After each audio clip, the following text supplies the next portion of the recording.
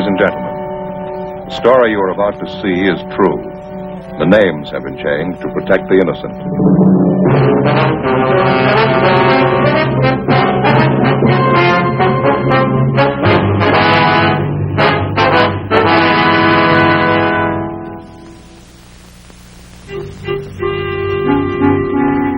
This is the city.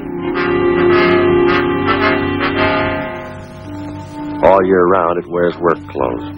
On holidays, it dresses up. To most people, Christmas brings happiness and prayer. To some, it brings heartbreak. Then my job gets tougher. I'm a cop. It was Thursday, December 22nd. We were working the night watch out of Homicide Division. My partner's Frank Smith. The boss is Captain Lorman. My name's Friday. We'd gotten a call that a 9-year-old boy was missing from his home. The evidence pointed to foul play. We had to check it out.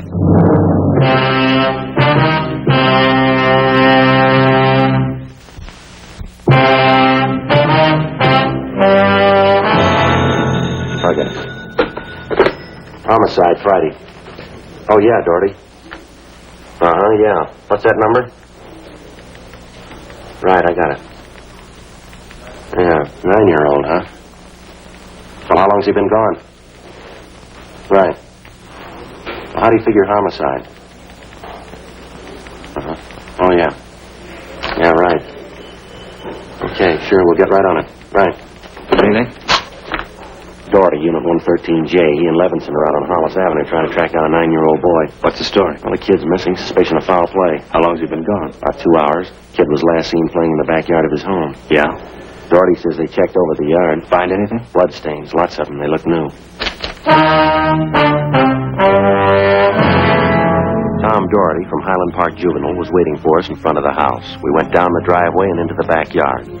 Doherty told us that the boy's mother told him that she'd gone out to do some Christmas shopping at 11 o'clock that morning. And when she returned home at 2 p.m., the boy was gone. His name was Stanley Johnstone, age 9 years.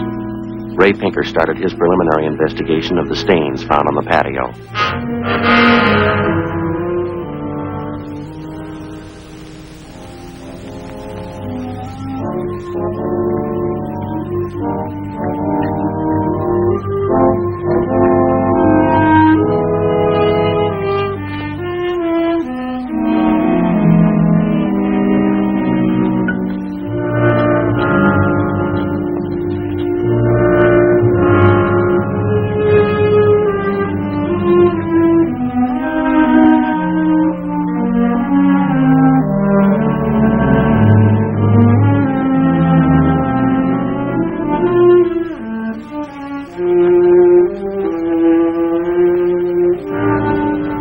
There it is, fellas.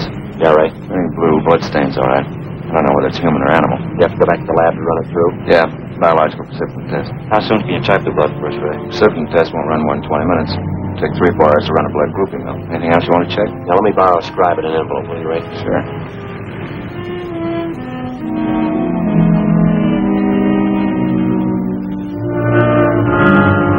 .22 caliber empty cartridge casing.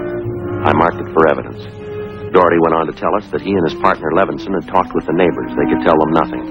He said they put out a missing broadcast on the boy and that the mother was at a loss to explain the boy's whereabouts. Blood stains, empty cartridge. Would mean 100 things. Any ideas, Freddie? Yeah, just one, and I don't like it. 4:30 p.m., Thursday, December 22nd. The neighborhood search for 9-year-old Stanley Johnstone continued. Ray Pinker went back to the crime lab to start the precipitin test and the blood grouping. Levinson and his partner Doherty from Highland Juvenile stood by. We called Captain Lorman, and he arranged for a special detail to aid in the search for the missing boy. Frank and I questioned the boy's mother, a Mrs. Ruth Johnstone, a woman in her early 40s. She seemed fairly calm under the circumstances. Mrs. Johnstone, is your boy Stanley in the habit of wandering off without telling you where he's going? No, he's not in the habit of wandering off, but he has done it before. When was the last time, Miss Johnstone? You don't have any children, do you, Sergeant Friday? No, ma'am, I'm not married. There comes that time in every young boy's life when he feels that it's time to leave home, go out on his own. Usually happens somewhere around 8 to 10. Yes, I think I know what you mean. I have a boy of my own. You know how it is. My husband and I scolded Stanley one afternoon after school, and he was quite put out about it. Thought George and I were unfair. packed a few of his things and left. How long was he gone? Oh, no time at all, about 2 hours. I was worried about him, but my husband said to leave him alone, said every boy had to go through that stage. When you think he's run away from home again this time, do you? Yes, I think so. He's been gone about 4 hours now. I have a funny feeling about it. Did you and his father have some misunderstanding with the boy recently? That's just it. We haven't. I don't mind telling you, now that we're talking about it. I'm getting worried. Any place around that he might like to visit, a hobby shop or a playground where he might be? Well, yes, there's Jensen's model shop, little Heidi Robinson, but I've already called all his friends, and they have no idea where he is either. I see. We'd like a list of all of his friends and the places that he was known to frequent. Yes, all right, I'll give them to you. Where do you suppose he is? Where's your husband now, Mrs. Johnstone? At work. George works for the city. He's a fireman. Where's he stationed? Engine Company 12. He's working the A platoon. He'll be home tomorrow morning. I haven't told him Stanley's gone. Well, is there any chance that the boy might be down at the firehouse with his father? No, he seldom goes down there anymore. No, I don't think he's there. I'm awfully worried. May I call my husband? Oh, sure. Go right ahead. I know George will be worried.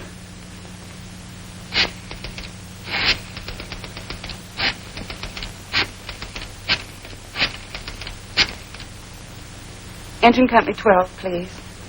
Stanley's been gone too long. Hello? May I please speak with George Johnstone? This is Mrs. Johnstone. Thank you. I hate to call George at his work. Yes, ma'am. Does your husband own a gun? Yes, he does. What caliber, would you know? Well, it's a .45 automatic. He got it in the Army. George? This is Ruth, George. Is Stanley down there with you by any chance? Oh.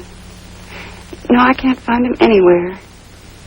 He wasn't here when I came home from doing my shopping. Well, there are 2 policemen here.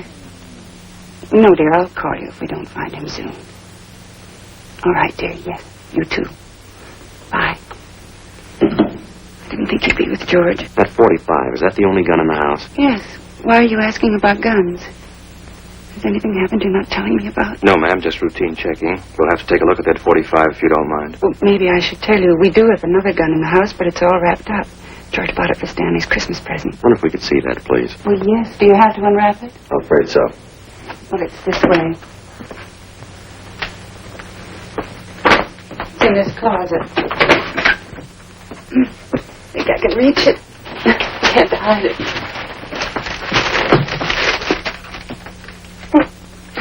Stanley must have found it. It's gone.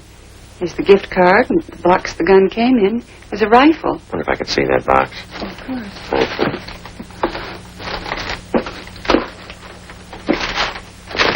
How about it, Joe?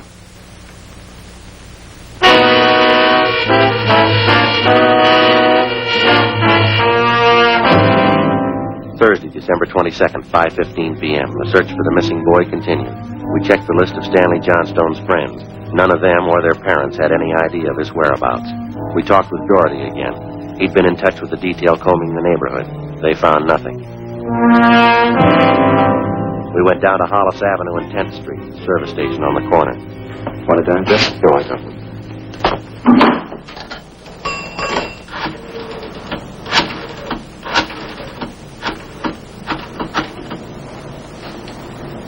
$2667, please. Thank you. Crime lab? Yeah, Ray? No, Ray Pinker. Hi, Ray. It's Friday. No sign of him yet. Did you finish the precipitant yet? I see. No, we don't know. Oh, we didn't want to upset his mother any more than we had to. What? Oh, yeah. Yeah, we can do it that way. What? What? Oh. Yeah, well, transfer me over, will you, Ray? Yeah, thank you. Right, check you later, Ray. Well, hi, Captain. It's Friday. Yeah, well, we just left already. Yeah. Right. We'll stay on it. What'd Pinker have? It's human blood. He's working on the grouping now. I wanted to know the Johnstone boy's blood type. Something else. Yeah? There's another one missing. An 8-year-old boy.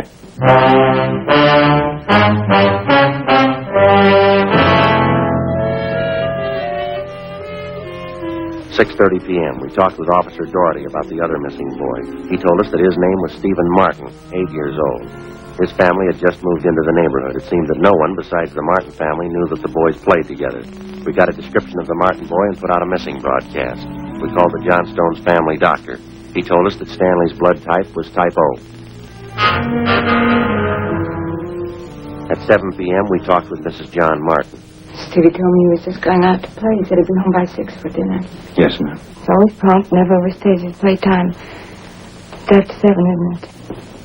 Yes, ma'am, 5 after. You sure Mrs. Johnston doesn't know where the boys are? She has no idea, Mrs. Martin. It's terrible, just awful. I feel there's more to this thing, something you're not telling me. Well, there's no use to upset you until we know a few things for sure. Then you are holding back something. Please try not to worry, Miss Martin. There are certain questions we have to ask, routine questions in any kind of investigation. Is there anything else you want to know? Yes, what's your boy's blood type? Funny question. Do you think anything's happened to him? Have you found him and you're not telling me? No, ma'am, we haven't found him. We don't think anything's happened to him. Blood type. Yes, ma'am. I think I have it written down in Stevie's baby book.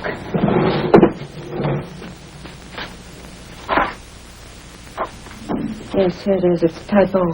Thank you. I wonder if I might use your phone. Yes, of course, in the hall. Thank you. Excuse me.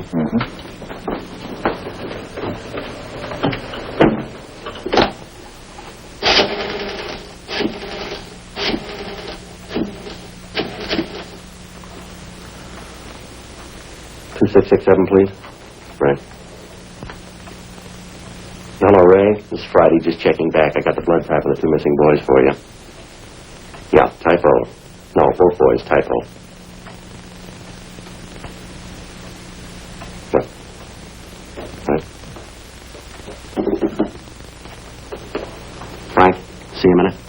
Right, Joe. Excuse me, Miss Martin. Tinker just finished the blood grouping. And?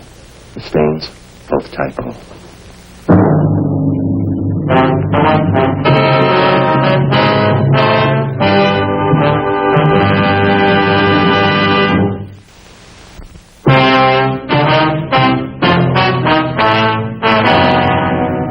8 p.m., Thursday, December 22nd.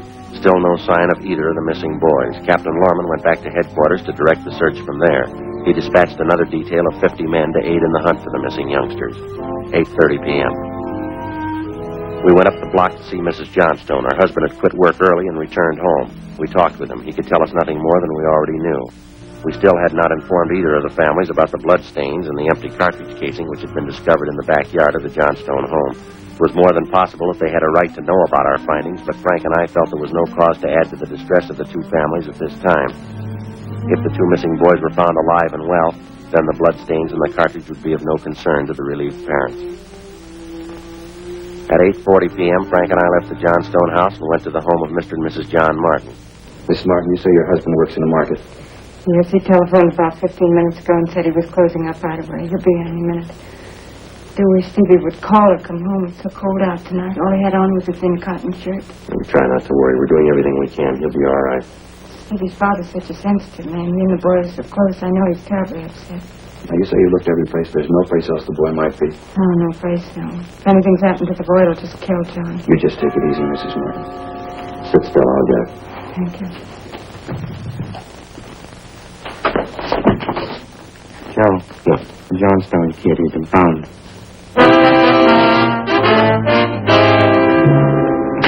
He's home, Sergeant. He's come home. Thank God he's all right. Well, where's he been? Did he tell you? No, he didn't. He's acting so strange. I've never seen him like this. How do you mean, Mrs. Johnstone? Well, he just came in the front door, said hello, Mom, sat down in the chair and stared at the floor. Won't talk to his father or me. Mind if we talk to him? Well, no, go ahead.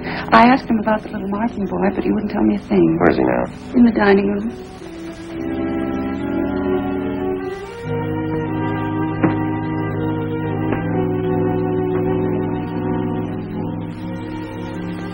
Looks all right, Joe. Yeah.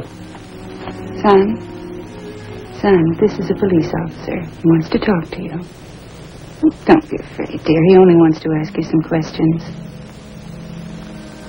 Son? You see, Sergeant? Stanley. Look at me, son. Come on, youngster. Get your head up. Come on now. That's better.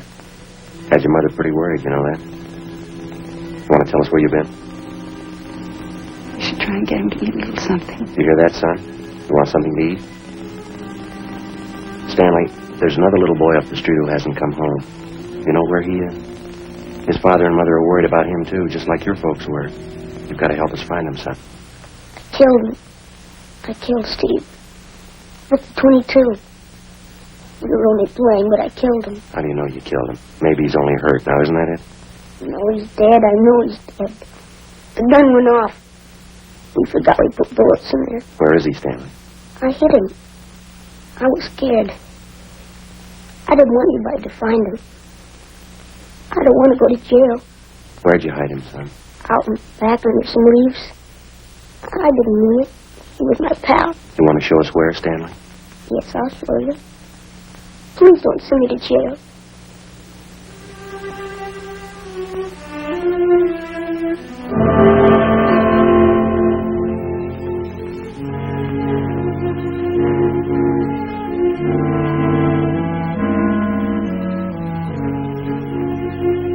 (9:15 p.m., Thursday, December 22nd. 9-year-old Stanley Johnstone led the way out beyond the backyard of his home. He showed us the wagon he moved the body in.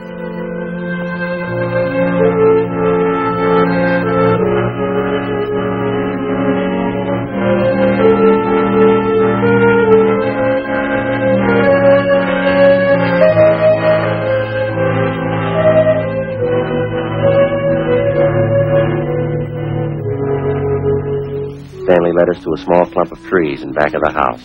There we found the body of Stephen Martin. There was a single bullet wound in his chest just below his heart. He was dead.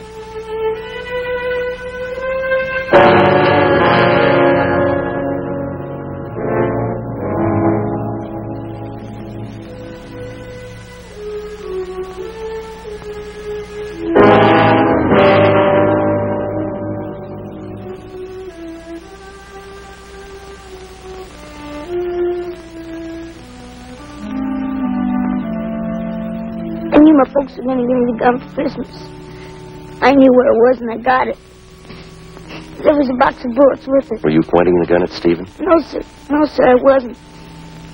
It was Steve's turn to play with it. I was chasing him and he tripped over that stump there and the gun hit him in his stomach and went off. Why do you think you killed him if you're telling us the truth? I'm telling the truth. Honest, that's the truth. All right, I believe you, son, but why do you think you killed him? It was my gun. Steve'd still be alive if I didn't go get it.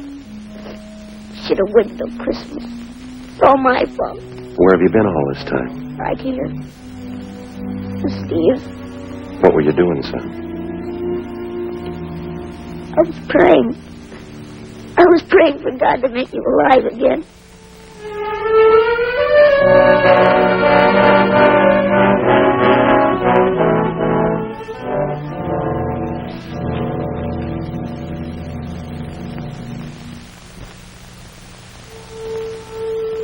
After a thorough investigation, Frank and I were convinced that the shooting of Stephen Martin was accidental. All evidence indicated that the Johnstone boy was telling the truth. We put in a call to the coroner's office and acquainted him with the facts. He designated a local mortuary to handle the body pending autopsy and granted us permission to remove the body to the Martin home. Mrs. Martin collapsed. The family doctor was called. Frank and I sat in the living room to wait for John Martin, the dead boy's father.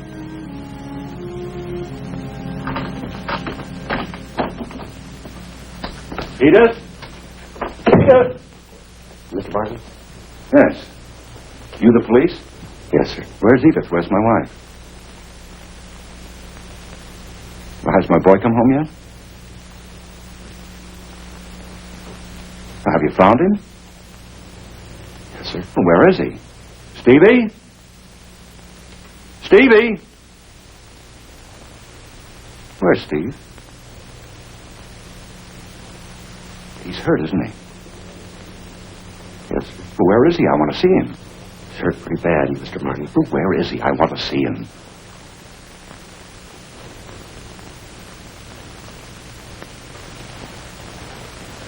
How bad? Pretty bad.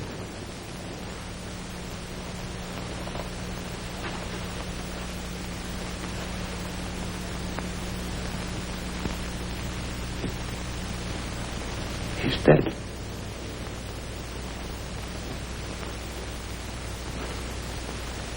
All right, if I go in. Yes, sir. Will you go with me? Yes, sir, sure. Don't make it any harder on yourself, Mr. Martin. Now, see, my boy.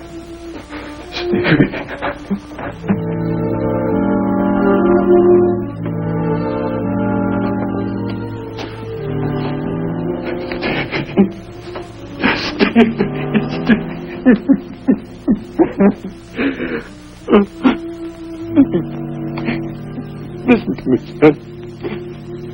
We've got a lot of nice things for you for Christmas. Everything you wanted. I got you 3 new cars for the train. And the one with the searchlight on it. It really works, Stevie. It really works. And the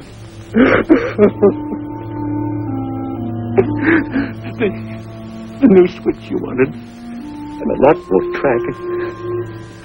You know, now you can have a big light out.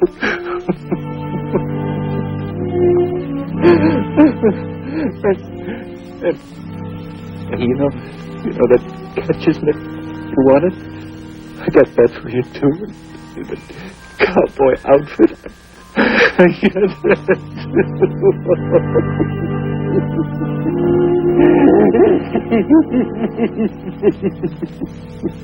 Mr. Martin.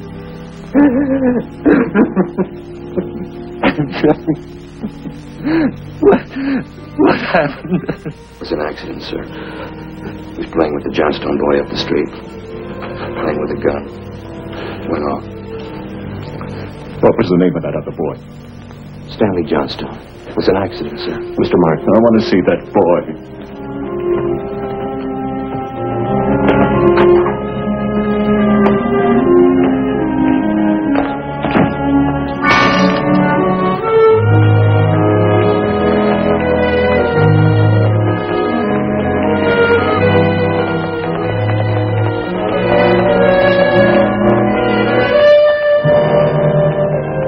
We had no idea what the dead boy's father had in mind.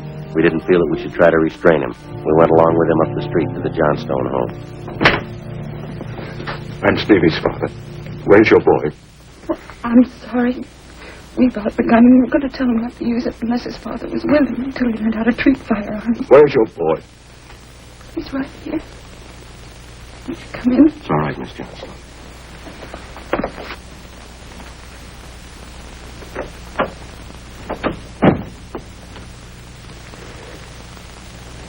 Are you the boy that was with Stevie? Yes, sir. What's your name? Stanley.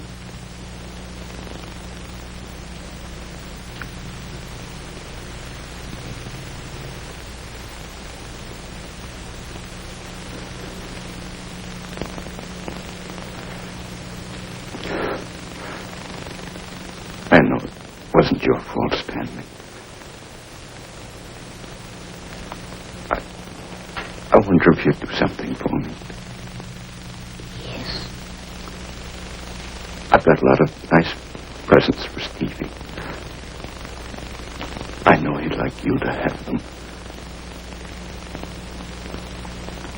I want to give them to you. Christmas Eve. Mom, I think that'd be a fine idea, son.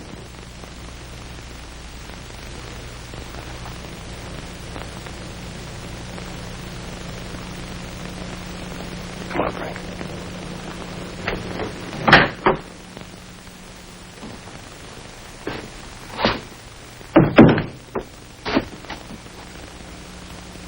Well, what's it all prove, Joe? You don't give a kid a gun for Christmas.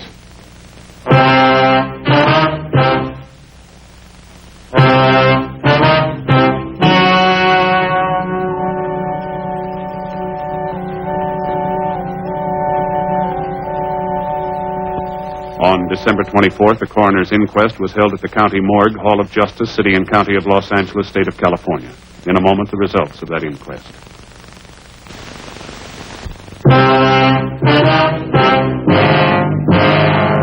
The coroner's jury ruled that the death of Stephen Martin was the result of an accident.